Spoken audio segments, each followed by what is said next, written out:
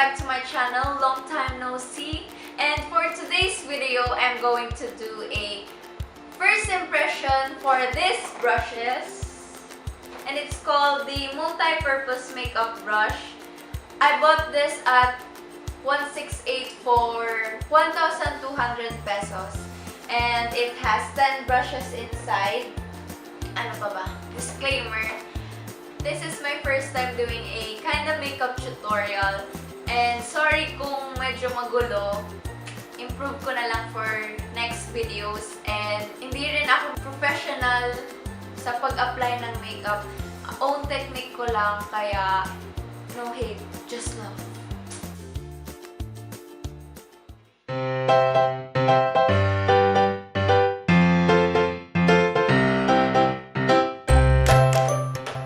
For foundation, I'm going to use this brush.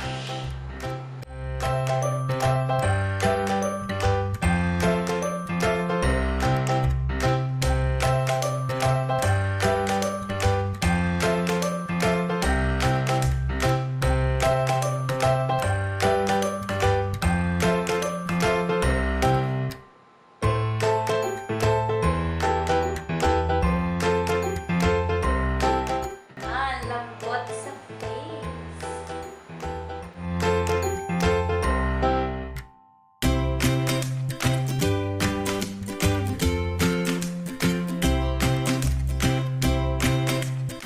So, habang ginagamit ko siya, parang mapuputol kasi malambot yung dito.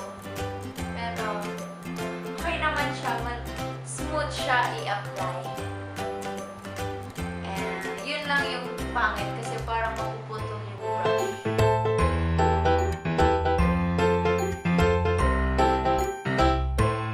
And sa concealer, I'm going to use this brush. Maliit siya.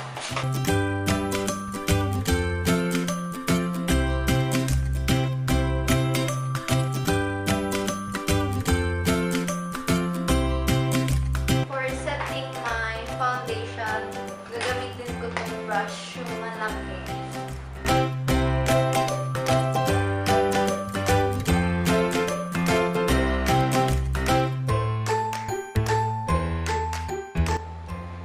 And next, for the brows, I'm going to use this brush. This one. Dapat siguro powder yung ilalagay mo sa brows para dumikit sa brush, pero hindi ko alam. Pero powder na lang yung ilalagay ko mga brows.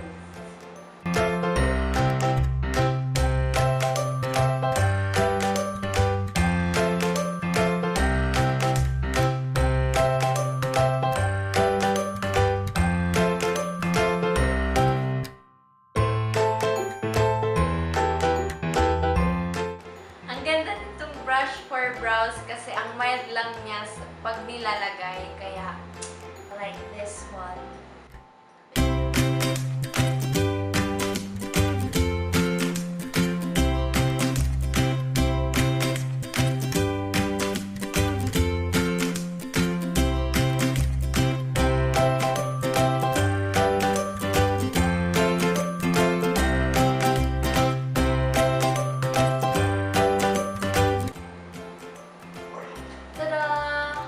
Brows are done. Ang ganda nitong brush. I'm going to contour my nose using this brush.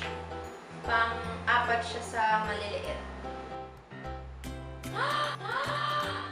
Ang dami!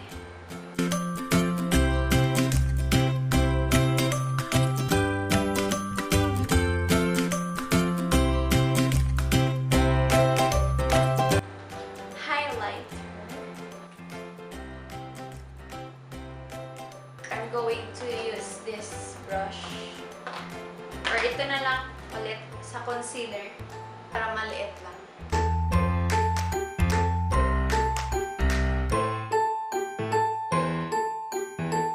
For bronzer, I'm going to use this brush na lang. Ito.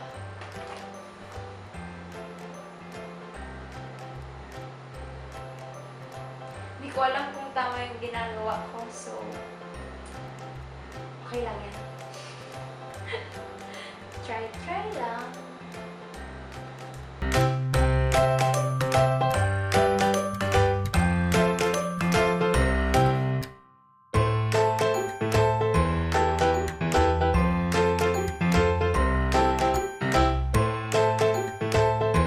For eyes, I'm going to use this brush.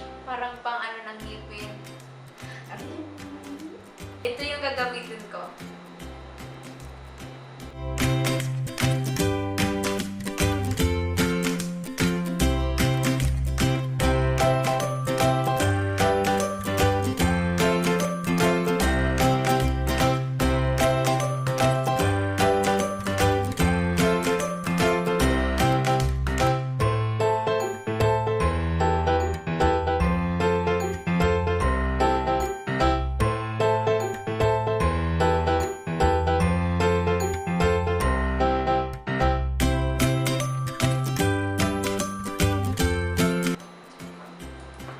Sa eyelid ko ilalagay.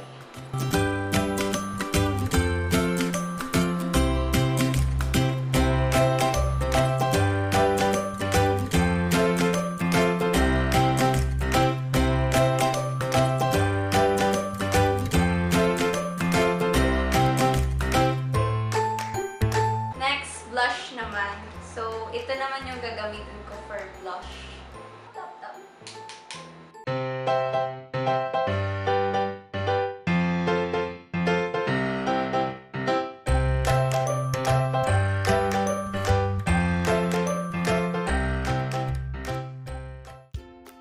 And ito yung kinalabasan ng makeup ko using these brushes.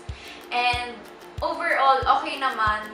Ang ayaw ko lang dito is parang madaling mabali yung brush. Pero pag in-apply naman, parang mas okay din kasi parang flexible siya. And isa pa na ayaw ko dito is walang instruction kung paano gamitin to. Kaya ano lang, in-assume ko lang kung para saan yung kada brush.